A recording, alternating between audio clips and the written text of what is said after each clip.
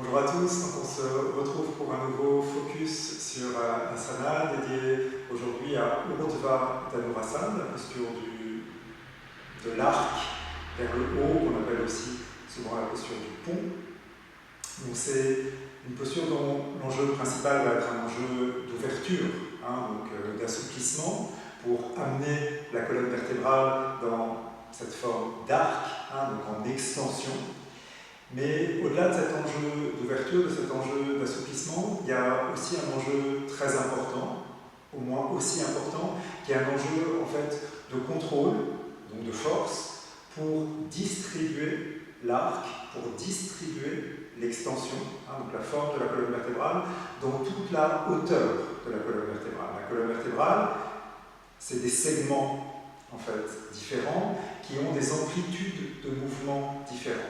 Et en matière d'extension, quand on cherche à creuser le dos, la zone lombaire, donc les vertèbres du bas du dos, ont beaucoup de mobilité pour venir en extension, et les vertèbres de la nuque, les vertèbres cervicales, ont aussi beaucoup de mobilité comme ça, pour ramener la tête vers l'arrière.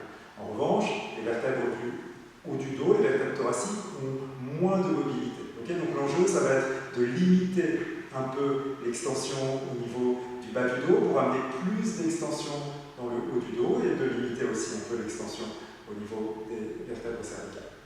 Et il y a deux grandes postures préparatoires qui sont introduites chez le dès le cours débutant, c'est Chatuspadasana, on appelle parfois le petit pont, c'est comme un pont, sauf qu'on ne va pas tendre les bras, et Anjalinasana, qui est la posture de la fente.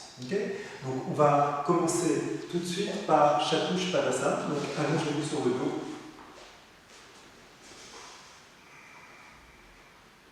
Et ramenez vos pieds près de votre bassin. Donc un repère qu'on peut se donner, c'est que quand on étire les bras, les mains touchent les pieds. Vous allez plier vos avant-bras, et en pliant vos avant-bras, vous rentrez votre dos. Donc, vous pouvez faire comme si vous écartiez les mains sans écarter les mains, voyez, et vous rentrez les épaules sous le dos. Donc vous poussez, vous êtes en appui sur vos épaules, vous êtes en appui sur votre bassin, mais le dos est déjà dégagé du sol. Vous voyez, le dos est décollé du sol, c'est-à-dire que les muscles du dos sont déjà engagés. Maintenant, vous poussez fort, fort, fort avec le haut de vos bras, et vous soulevez davantage votre dos. Donc on commence déjà, vous voyez, à bien engager les muscles du dos. Maintenant, pour engager les fessiers, c'est-à-dire pour soulever les fessiers, vous allez faire l'action sans bouger vos pieds, de pousser vos pieds vers l'avant. Et en faisant cette action de pousser vos pieds vers l'avant, vous rentrez vos fesses et vous soulevez vos fesses. Donc vous poussez dans vos bras pour soulever le dos, vous poussez vos pieds vers l'avant sans bouger les pieds pour rentrer vos fesses. Vous pouvez vérifier avec vos mains, vous voyez que les fessiers sont durs. Allez, poussez bien dans vos bras, soulevez bien le haut de votre dos. C'est bien dans vos fessiers. Et maintenant, pour aussi engager l'arrière des cuisses, faites l'action inverse avec les pieds. C'est-à-dire faites l'action de tirer les pieds vers vous. Voyez, comme si vous pouviez ramener les pieds vers vous. Et quand vous faites cette action, vérifiez que l'arrière de vos cuisses, le dessous de vos cuisses se durcit. Donc poussez avec vos bras pour soulever votre dos. Faites l'action de pousser vos pieds vers l'avant pour bien serrer vos fesses. Et faites l'action de tirer vos pieds vers vous pour bien engager l'arrière de vos cuisses. Et si vous faites ça, vous voyez, vous ne creusez pas excessivement le bas de votre dos, et un point de repère que vous avez, c'est votre ventre. Votre ventre, il doit être plat, étiré, pas le ventre gonflé comme ça. Expirez, relâchez. On va faire ça encore une fois. Donc clarifiez bien chacune de ces actions, poussez fort dans vos bras, soulevez déjà votre dos, donc vous n'êtes pas en appui sur le dos, poussez avec vos pieds vers l'avant, soulevez vos fesses, poussez bien dans vos bras, soulevez bien votre dos, poussez bien vos pieds vers l'avant, rentrez bien vos fesses, maintenant tirez les pieds vers vous, engagez l'arrière de vos cuisses. Vérifiez que vos genoux ne sont pas écartés excessivement, donc ramenez un peu plus de poids sur l'intérieur de vos pieds. Vérifiez que votre ventre ne s'est pas gonflé. Donc pensez à bien pousser avec vos fesses, avec le milieu des fesses, avec les os fessiers vers le plafond, vers le plafond, vers le plafond. Maintenant, entrecroisez vos doigts, tirez davantage vos bras vers l'arrière, repoussez bien le sol avec vos bras, libérez vos mains et expirez. expirez, relâchez votre bassin. Roulez sur le côté. Donc, cette posture de base, Chaturpadasana, il faut vraiment la répéter, jusqu'à ce que les actions soient claires et jusqu'à surtout que les muscles, la chaîne postérieure, vous voyez, donc le dos, les fesses, l'arrière des cuisses se renforcent. Et ça prend du temps, bien sûr. Donc il faut renforcer le dos, renforcer les fessiers, renforcer l'arrière des cuisses. On va voir maintenant donc Anjalinasana, la fente. Donc, vous allez placer votre pied gauche au mur et votre pied droit à l'avant, comme ça. D'accord ? Dans un premier temps, vous faites un angle droit, avec la cuisse et le tibia droit. Mettez vos mains sur vos hanches. Vérifiez que la hanche gauche est bien tournée vers l'intérieur. Okay ? Et maintenant, quelquefois, on va venir vers l'avant, puis on va revenir vers l'arrière. Utilisez vos mains pour bien pousser votre bassin vers l'avant. Vous voyez ? Poussez avec vos mains le bassin vers l'avant, vous poussez plus fort avec la main gauche, c'est-à-dire vous poussez fort la fesse gauche vers l'avant. Encore. Poussez bien la fesse gauche vers l'avant, encore. Ok. Et tournez la hanche gauche vers l'extérieur. Vous voyez, tournez bien la hanche gauche vers l'extérieur. Okay. Maintenant, rajoutez une action avec vos mains, donc en même temps que vous poussez vers l'avant, en même temps que vous tournez la hanche gauche vers l'extérieur, faites l'action de descendre votre bassin vers le sol. Et en descendant le bassin vers le sol, montez le ventre et la poitrine vers le bas.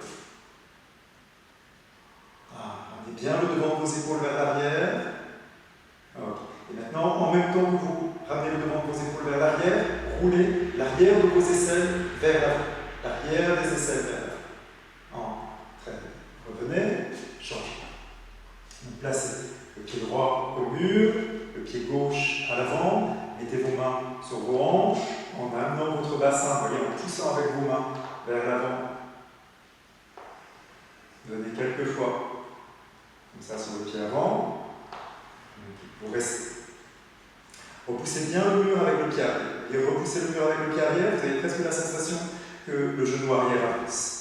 Poussez votre bassin vers l'avant avec vos mains, poussez bien avec la main droite, la fesse droite vers l'avant, et roulez la fesse droite, la hanche droite vers l'extérieur. Le bassin vient vers l'avant, la fesse droite vient vers l'avant, vous roulez la hanche droite vers l'extérieur. Maintenant, avec vos mains, faites l'action de descendre votre bassin. Vous savez comment votre ventre se redresse, mais aussi comment le bas de votre dos se redresse quand vous faites ça. Gardez ça, serrez davantage en vos coudes, ramenez le devant de vos épaules bien vers l'arrière. Et maintenant, en même temps que vous ramenez le devant de vos épaules vers l'arrière, roulez l'arrière de vos aisselles vers l'avant et légèrement vers le haut. Revenez. Encore une fois, le pied gauche au mur, le pied droit au centre. Vos mains, repoussez. Le mur avec le pied arrière, repoussez bien le mur avec le pied arrière, encore avec la sensation que le genou gauche avance. Poussez avec vos mains, tournez.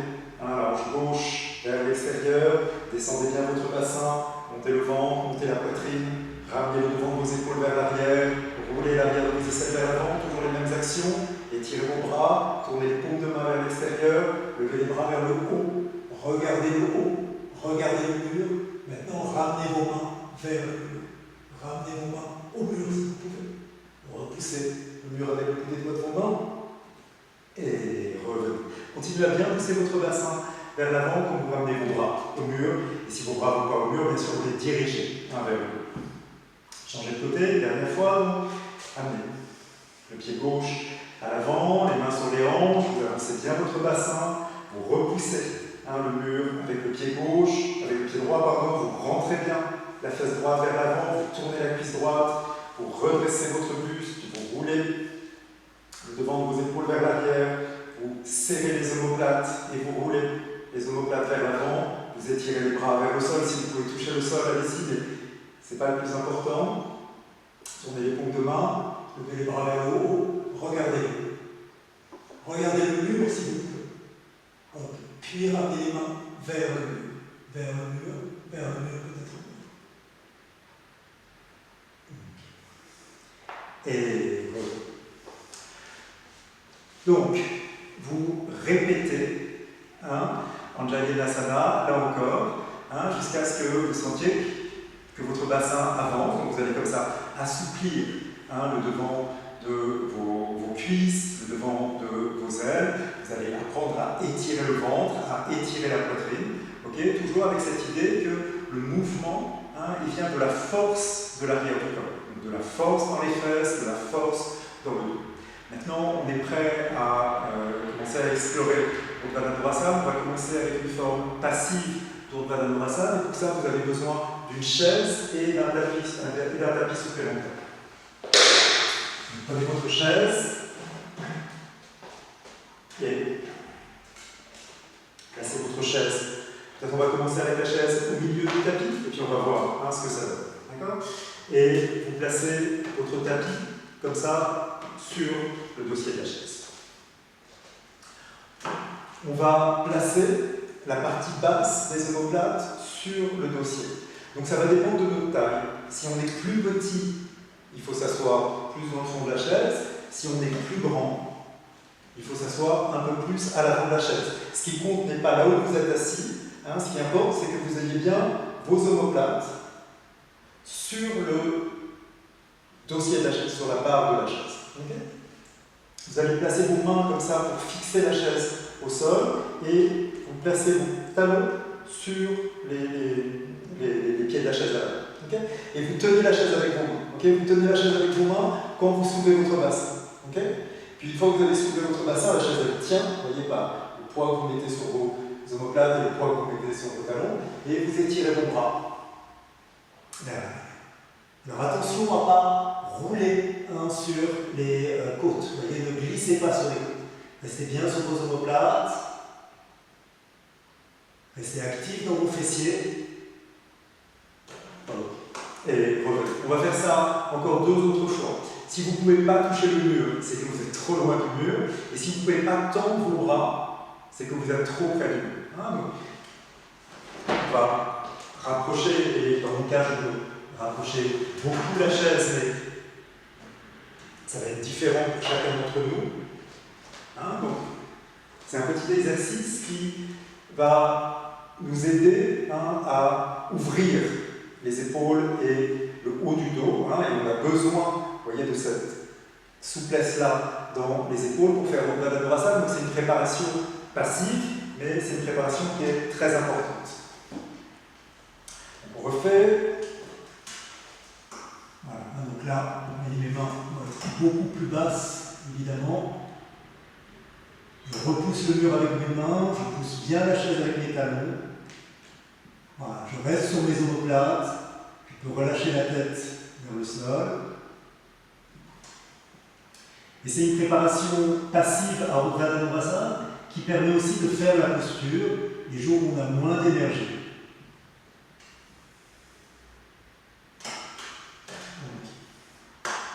Revenez. On va faire une toute dernière fois. Hein, donc si on peut se rapprocher encore un peu du mur, on se rapproche du mur, mais encore une fois avec cette compréhension qu'il faut que les omoplates restent sur la chaise. Hein, donc ne glissez pas avec les coudes du dos sur le dossier de la chaise pour descendre vos mains. Okay. Et il faut que les bras soient tendus. Hein, les bras sont tendus, donc on y va, une dernière fois. Allez-y. Et vous poussez bien dans vos talons, c'est-à-dire que vous continuez à engager les fesses, vous continuez à engager vos cuisses, hein, mais surtout vous continuez à engager les fesses. Allez, descendez vos bras, l'un après l'autre.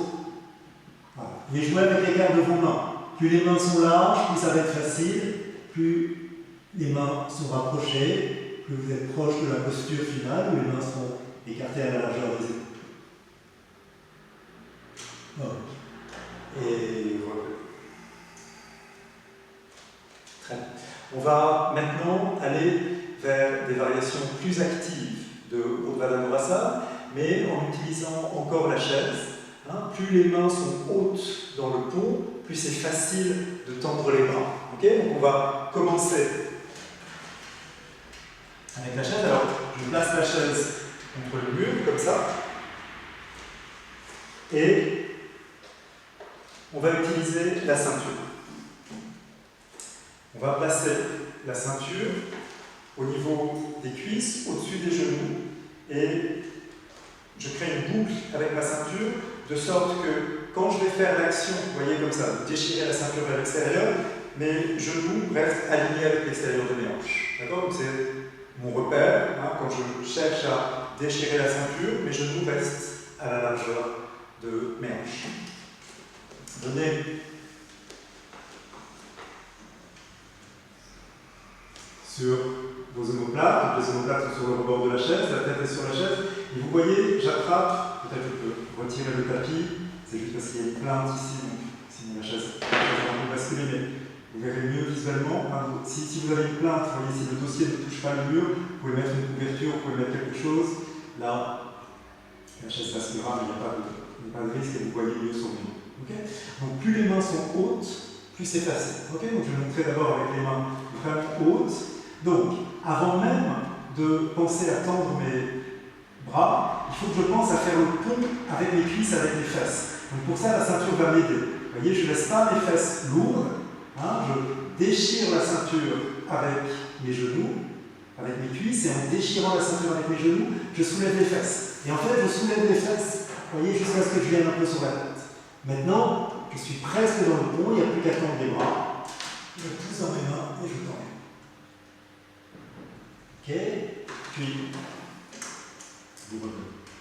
Et donc, plus vous allez descendre vos mains, hein, donc là vous voyez, je descends mes mains plus près du plateau de la chaise, plus ça va demander de la souplesse dans les épaules. Hein, donc on va voir ça ensemble. Allez, inspirez, expirez, déchirez bien la chaise, déchirez bien la ceinture avec vos genoux, poussez dans vos bras, tendez vos bras. Et donc cette variation-là avec la chaise, il faut la répéter, hein, jusqu'à ce que ça vienne. D'accord? Et vous avez besoin de hauteur au début, c'est normal. Hein, donc vous utilisez la hauteur de la chaise tant que c'est nécessaire. Alors, on va maintenant retirer la chaise et retirer la ceinture.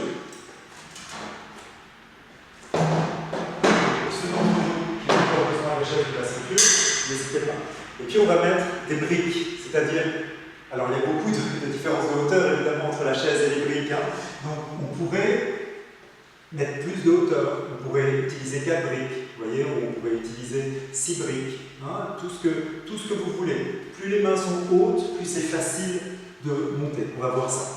Si on a encore besoin de la ceinture pour bien engager les fesses, on continue à mettre la ceinture. D'accord? Mais je vais vous montrer maintenant. Voilà. Juste avec les mains, vous voyez les poignets viennent sur l'arête des briques, les doigts sont dirigés vers l'avant. Voilà. Et je soulève mon bassin, donc je peux imaginer que j'ai la ceinture, il ne s'agit pas d'écarter les genoux, je fais juste le mouvement pour que vous voyez. Je fais comme si j'avais une ceinture et donc j'engage davantage mes fesses, je monte. Maintenant, je pousse un peu dans mes mains et je viens sur le sommet. Voilà. Et maintenant, je pousse davantage dans mes mains et je tends mes mains. Et on peut faire ça quelques fois. Vous voyez, je plie, je monte, je plie, je monte, je plie, je monte et je reviens. Donc ça, vous répétez avec autant de hauteur que nécessaire. Hein, et puis vous répétez avec une brique tant que nécessaire. La brique aide aussi si vous êtes limité au niveau de l'extension de vos poignets. Hein, si c'est difficile d'avoir les mains complètement à plat, si vos poignets manquent un peu de souplesse, ou si les poignets sont fragiles, vous travaillez comme ça, il y a moins de pression, on va dire, sur les poignets. Maintenant, si ça vient bien, on peut faire la forme finale de la posture, la forme classique de la posture. Donc vous allez mettre vos mains au sol, vous pouvez tourner très légèrement les doigts vers l'extérieur. Vous voyez, mes mains sont au sol et au mur, puisque là on travaille avec le mur. Ma tête aussi est en contact avec le mur. Allez-y, inspirez, soulevez votre bassin, venez sur le sommet de votre crâne. Montrez bien les épaules dans le dos. Inspirez et expirez, tendez vos bras. Et vous pouvez, avec vos pieds, marcher vers le mur. Voilà, poussez bien avec vos mains, vous ramenez la poitrine vers le mur et vous revenez.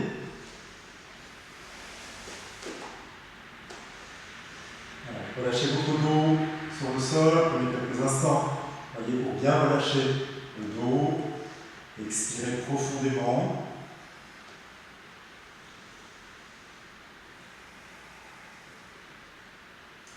On va juste faire quelques mouvements pour réétirer le bas du dos, ramener le genou droit vers vous, tirez le genou droit vers vous. Tendez la jambe gauche.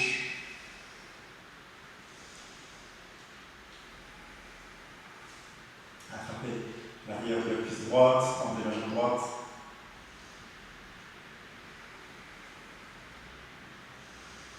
Revenez, reposez les deux pieds à plat.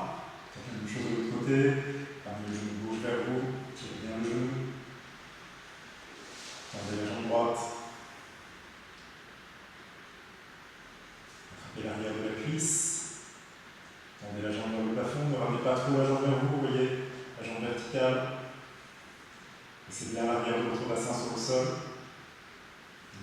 Pliez. Amenez les deux genoux vers vous. Tirez bien vos genoux. Vous pouvez laisser votre bassin se soulever légèrement pour aplatir davantage votre dos sur le sol. Attrapez l'arrière de vos cuisses, tendez vos jambes.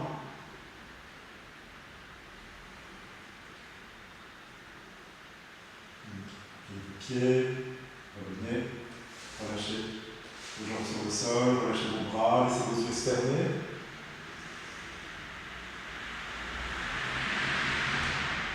Shavasana, restez le temps que vous souhaitez dans votre Shavasana. Alors, pour cette petite vidéo, moi je vais revenir, mais n'hésitez pas à rester plus longtemps dans votre relaxation. Merci à tous. Namasté. Merci.